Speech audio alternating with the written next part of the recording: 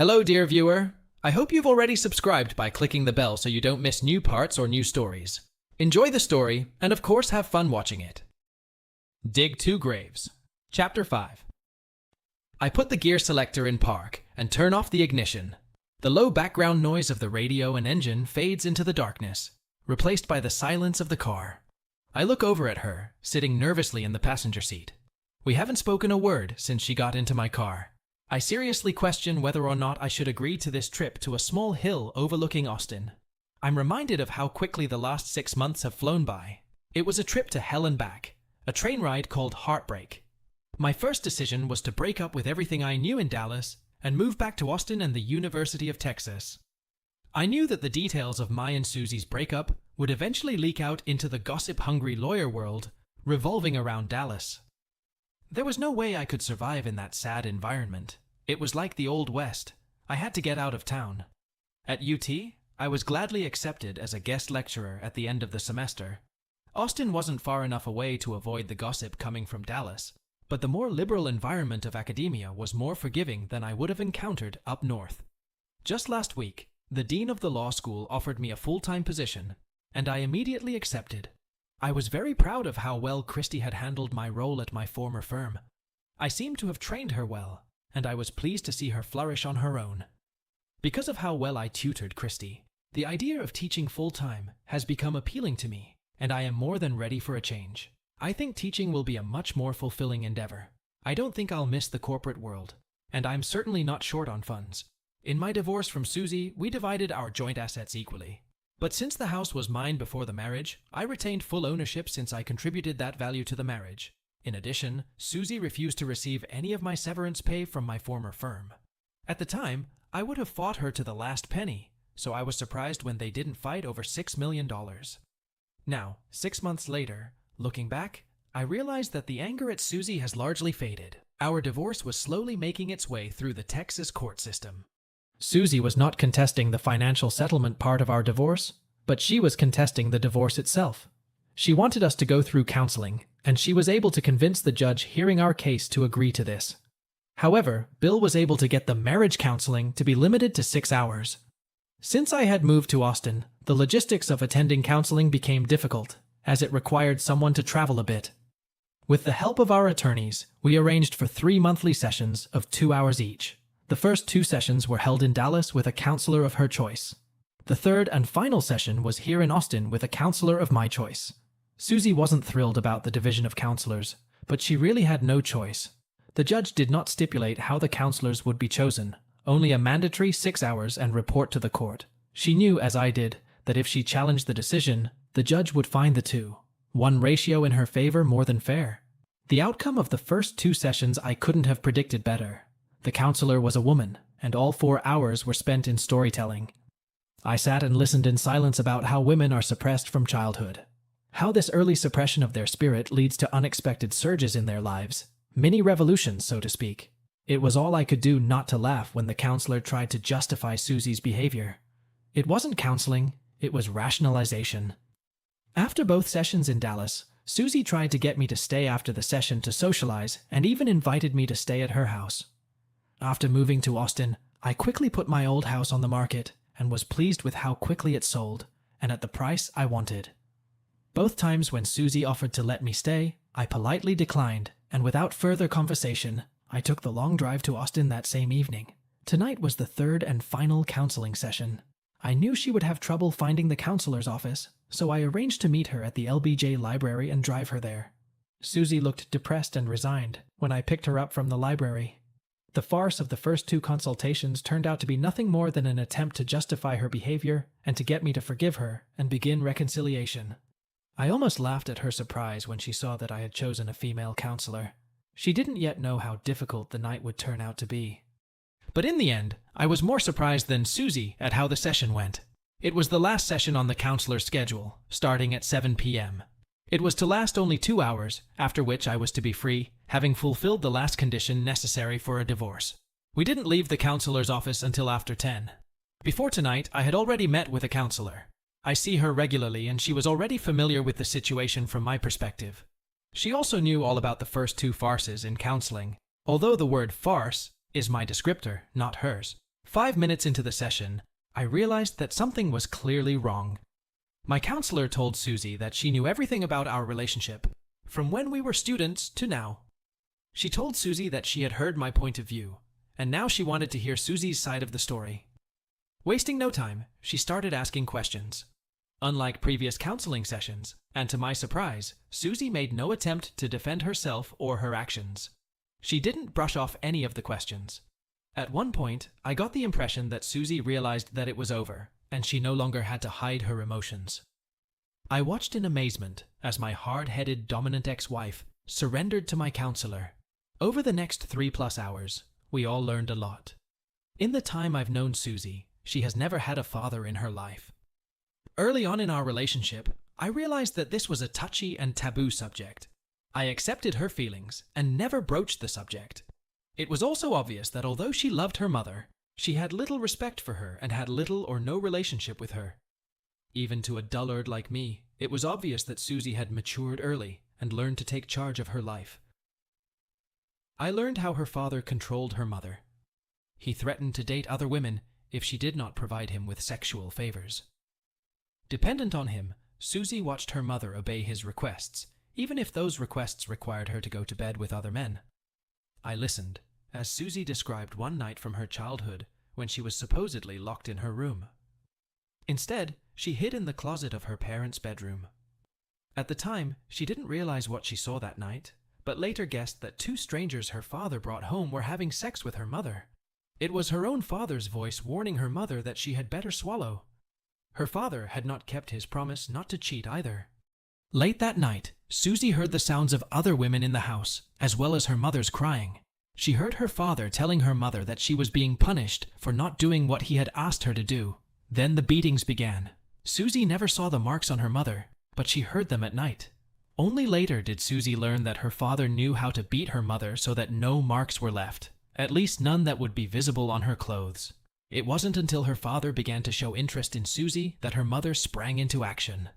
One day, coming home from school, Susie found all her clothes packed in boxes and grocery bags in the back of a department store. She was only 10 years old, but she knew exactly what was going on. I had to think about what kind of childhood Susie had when I heard Susie say that she remembered looking out the window of the department store as her house disappeared, hoping she would never see it again. How hard must a child's childhood be for them to want to never see their home? Susie made a promise to herself to never let anyone hurt her or her mother again. In high school, she rarely dated. Although she was considered attractive, few people asked her out. Susie couldn't tolerate any of her infrequent suitors even talking to another girl. She lost her virginity between her senior year of high school and college. This was news to me, as she said Bill was her first. He was a highway construction worker. He stopped her when she was standing at the construction site. Her car was first in line, and he made casual conversation with her. She didn't know why, but she was immediately attracted to his rugged appearance, his unshaven face, even his dusty, dirty clothes. She refused to give him her phone number, but agreed to take his. A week later, she called him after being pulled over at yet another construction site. She remembered how horny she'd gotten, and trembling called him closer to evening. They chatted for only a few minutes, after which he suggested she go to a bar with him the next night. She agreed, and he hung up, telling her where to meet him. She remembered that she'd spent hours deciding what to wear. When she parked at the bar, she was shivering. She entered the bar without difficulty and found him laughing at a table with a few guys. He saw her and invited her to come over. She suddenly realized they didn't even know each other's names. He bought her a drink while he and the other men talked to her and asked her questions. After she had her second drink, she felt a little sick, and he asked if she needed some air. She gratefully agreed, and before she realized what was happening, she was in his car, parked on a country road. She remembers being shocked when he pulled his buddy out of his pants. She refused to go on with it. She remembers the contemptuous look on his face as he shoved it back into his pants. He started the car and asked her what she was doing here with him if she hadn't come for a loving moment. Startled, she looked up at him and pulled up her dress, revealing that she wasn't wearing any panties. The only thing she said was, "I'm still a virgin." According to Susie, they did it 3 times that night, after which he drove her back to the bar and dropped her off from the car. According to Susie, that began a long string of nights, 3 or 4 times a week, when she would sneak out of the house to meet him. She knew he was married, though he didn't wear a ring. There was very little conversation. She remembers that he always wanted to do it twice with her. She would always ask him to put on a condom, and he would refuse. It was like a game they played every time they were together. At the end of the summer, she told him she was going away to college. There was another not-so-pleasant scene, which she didn't like, and afterward, he took her back to the car, and she drove home. That was the last night she saw him. She realized she was out of control, but even worse was that she suddenly began to see him as her father. He'd stopped calling her after she'd said no several times. She had dated occasionally during her freshman year at the University of Texas, she said, but nothing serious and no more than a few dates. Susie paused for a moment and looked away. She said quietly that she remembered Tim Schmidt and that he had pestered her for dates, but she had always turned him down. Her infrequent dates changed when she met Bill. She immediately realized that he was a little different from the other guys in college. He seemed more mature and wasn't so concerned with male image. He was sensitive and fun. When they talked, he would look her in the eye and she knew he understood her words before she even said them. They had been dating for several years and intimate for most of that time. The counselor asked Susie if she had ever given fellatio to Bill. Susie shook her head. I remember looking at the counselor cheerfully, but she didn't even pay attention to me. Susie continued her story and told how they got engaged in their senior year and celebrated when they were both accepted into law school. It all ended the day Susie saw Bill with his sister. Mistaking Bill's sister for another friend, Susie immediately broke off her engagement and relationship with Bill. She didn't give him a chance to explain himself, rejecting all attempts at communication. Almost a year later, in law school, I got up to speed. Both Bill and Susie were in my class. I knew even then that there was something going on between them, but since I had graduated from SMU, I wasn't privy to their history and didn't really listen to the gossip. At first, we were just casual acquaintances. Gradually, we became friends and eventually started dating. During all this time, she never dated anyone else. Our relationship only became serious in our final year of law school. Upon graduation, we both decided to move to Dallas and live together. 2 years later, we were married. Then the counselor asked Susie at length about her summer with the construction worker. I listened intently to what Susie was saying, but I never understood what she saw in this guy. It was obvious to me that he was a badass from the beginning. He treated her with contempt. He treated her like a piece of meat. After what her father had done to her mother, it was incomprehensible to me why she would date someone like that, even if he never forced her to. My counselor also spent a lot of time asking questions about our marriage and ultimately how it ended when she got together with that bastard Schmidt. She pointed out how we had both failed each other in the marriage. She pieced together from what Susie had told her this evening and what I had told her in previous counseling sessions. And in the course of the discussion, several things came to light that even a dullard like me finally realized. Susie, for all her outward toughness, was deeply insecure and vulnerable. She never truly gave of herself, always leaving a part of herself to fall back on in case she was hurt, and she expected to be hurt. In her mind, it was only a matter of time before she was betrayed and hurt. I understood all of that, but even by the end of the session, it still wasn't clear to me why she wanted to go out with Schmidt.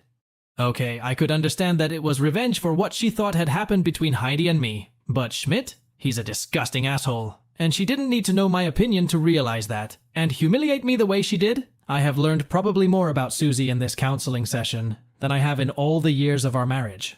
I'm a little afraid of what that might say about the kind of husband I've been to her. But in any case, like that first night in the hotel room after I was ambushed by Schmidt and Susie, I'm left with more questions than answers. When we finally left the counselor's office, Susie did one thing that made me flinch. That single act made me rethink everything I had been thinking about for the past 6 months. She asked my counselor if she could come back and meet with her herself. Once outside, I immediately asked her how she was going to endure this long commute from Dallas to her counselor.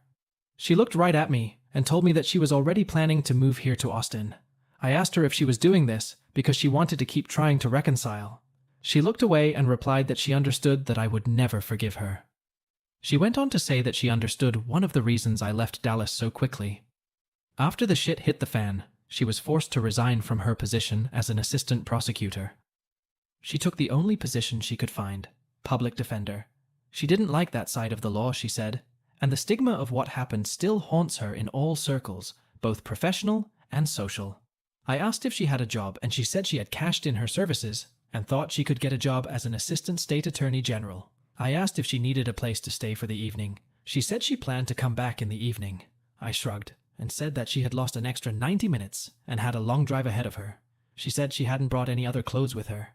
I shrugged again and said that wasn't a serious excuse. She said it probably was, and then asked what I was going to say. I paused for a moment, and she turned and looked at me. I told her I guess I was going to ask her if she wanted to sleep on my couch. She smiled and said she appreciated the offer and was willing to take it. As we drove back to LBJ to pick up her car, we stopped first at Starbucks, and then I somehow agreed to drive up here on this climb. Now I'm looking at Susie, who is staring serenely out the windshield. "I've always loved the view of the campus from here," Susie finally says. I hummed in agreement. "A lot has been said today," she says, looking at me. "Yes, it was. I learned a lot." "Me too," she says, silent for a moment. "Your counselor is much better than the one I chose. Is there anything you'd like to ask me?" Finally, she speaks. I looked down at her. I wanted to know a million things, but I wasn't sure if I should even touch this Pandora's box, much less open it. She sighs. "If you want to know something, now is the time to ask. God knows you deserve an answer or two." I sigh. I look at her, then out the window. Finally, I ask, "Why?" "That's a very vague question," she replies softly. "At first it was revenge," she says after a few long minutes. "I was so incredibly angry, and the funny thing is, I didn't realize why I was so angry. A lot had gone out of our marriage in that last year because we were both more interested in our careers than in each other. When I thought you had cheated, I should have just walked away. I didn't realize why I was so angry until tonight. I'd like to blame it on Schmidt, but I'd be lying to both of us. It wasn't until today that I realized Schmidt reminded me of that construction worker all along. When he called me the afternoon you flew home, I didn't know why. He insisted it was important and that it had to do with you. I agreed to carve out some time and meet in his car outside our house. He told me about the rumors in the office. He showed me the affidavit. He showed me the pictures. I was instantly angry. No, I was furious. He asked me what I was going to do. I told him I didn't know, but one thing was for sure. I wouldn't sleep with him anymore. He offered me revenge. I remember looking out the passenger window, trying not to cry. I asked him what kind of revenge. He replied, "That kind." I turned to see his buddy peeking out of his fly, and he was stroking it. I remembered 3 things clearly. He was well-packed, he was very hard, and judging by his smile, he fully expected me to take advantage of the situation. He just smiled at me and I looked at him. I asked him if he thought I should make love to him to get back at you. He nodded affirmatively. I remember smiling at this obvious ploy. I knew he was playing me, but I let him do it. When I was in Schmidt's car, I remember I didn't even check to make sure it was clean. I just leaned over and took it in my mouth. "So that was your second time?" I ask in surprise. "To suck a man all the way?" she asks. I nod. Yes and no. He didn't give me a chance. I didn't actually want to stop, but he made me. I remember looking at him questioningly. He smiled and said I should get in the car, and he would follow me home. I didn't bother to argue. I even hurried the short distance so we could get home as quickly as possible.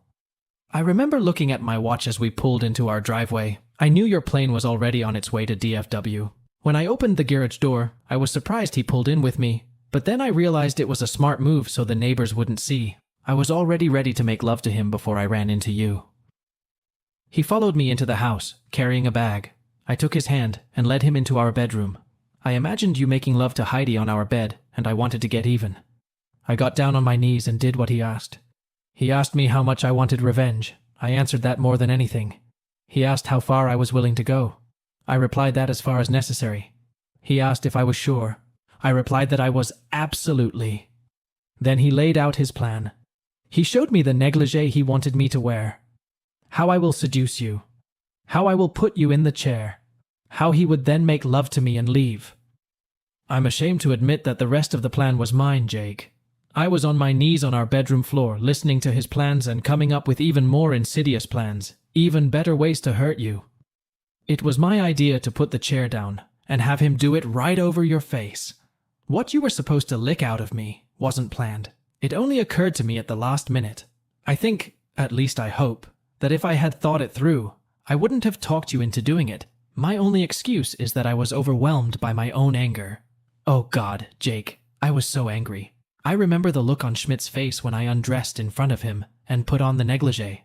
I remember the look on his face when I knelt in front of him and he put both hands behind my head.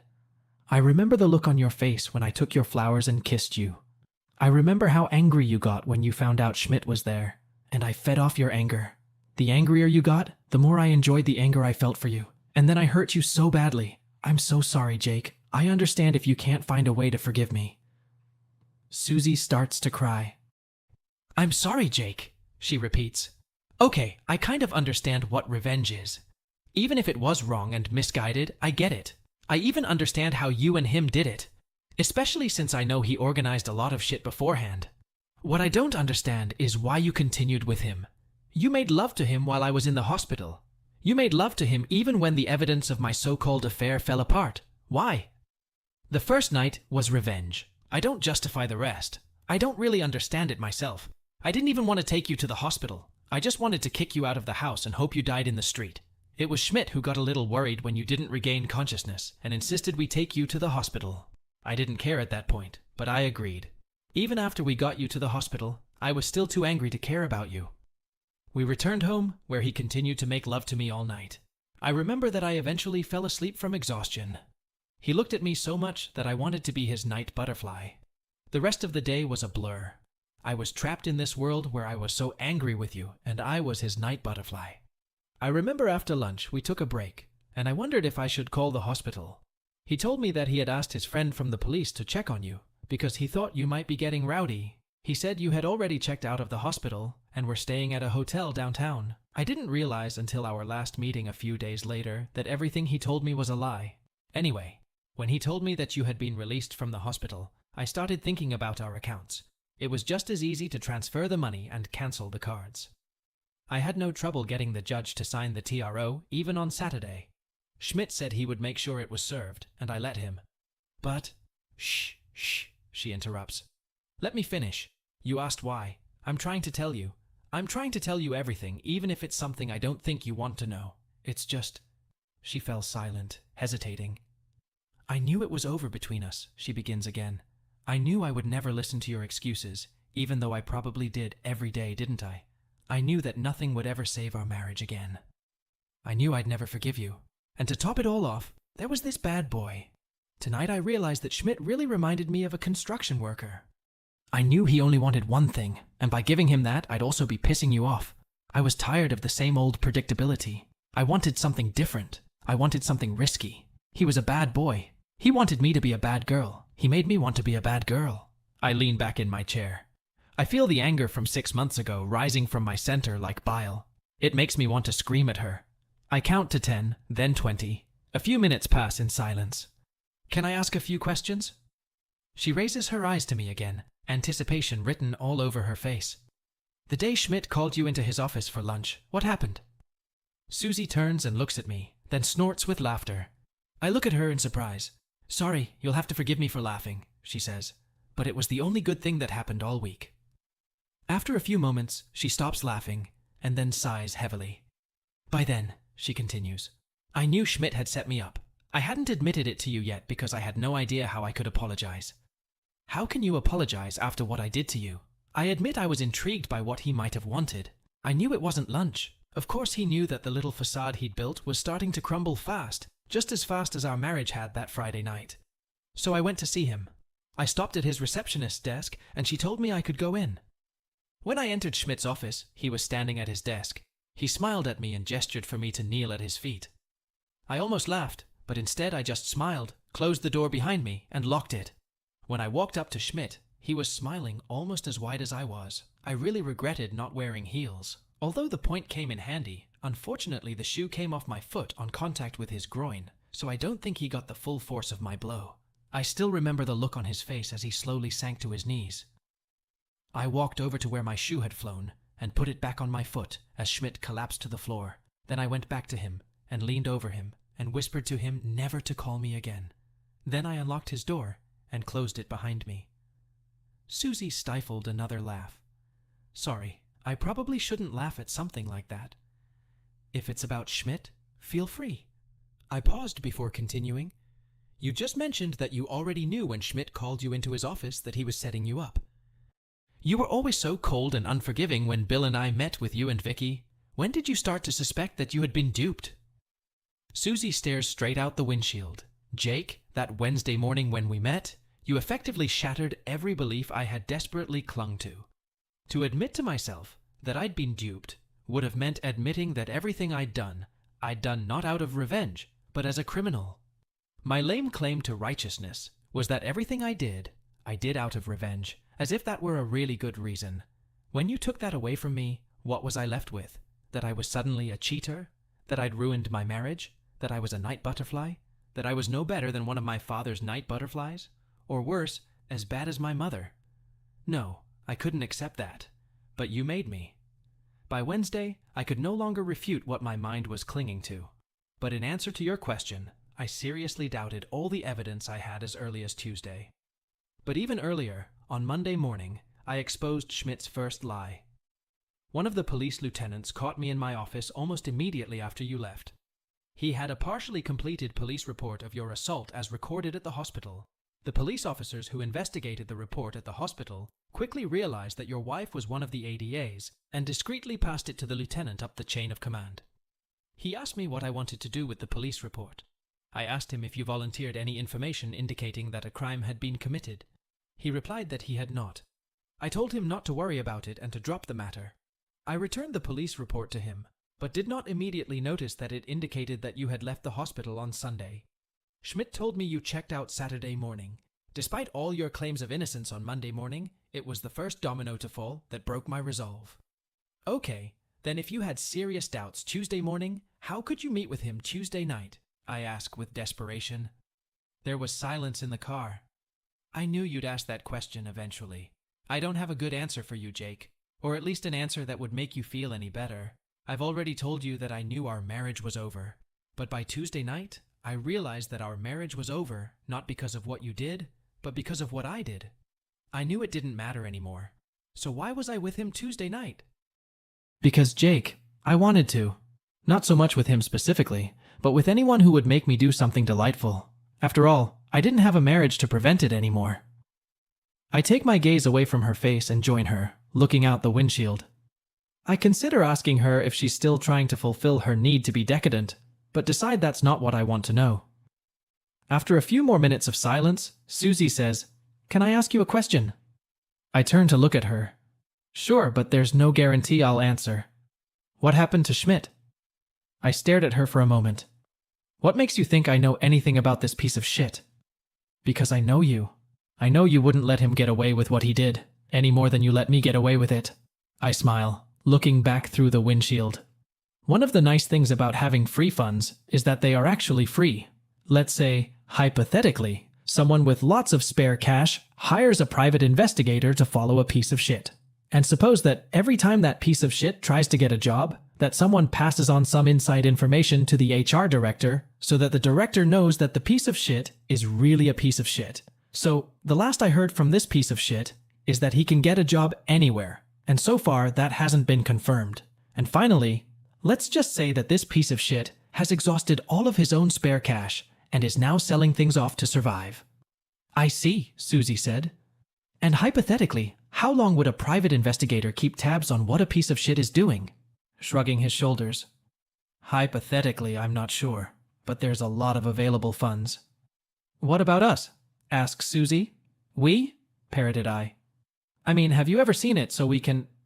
I turned to face her after her open-ended question. If you're asking if we'll ever make up, the answer is no. It took me 6 months to get in that car and have a normal conversation. I know that, Jake, she says. I'm not asking for reconciliation. But have you ever seen us be friends? Maybe? I turn back to the front of the car and turn the key in the ignition. Forever is a very long time, Susie. For today, let's content ourselves with being civil. Tomorrow will be another day, and who knows what awaits each of us. I think your idea of continuing to see a counselor is a good idea. Someday, you will meet someone who will make you feel special again, I reply, as I put the gear selector into drive and take my foot off the brake. Well, here is the end of this, in my opinion, a very entertaining story. Don't forget to subscribe to the channel and put a like along with a bell.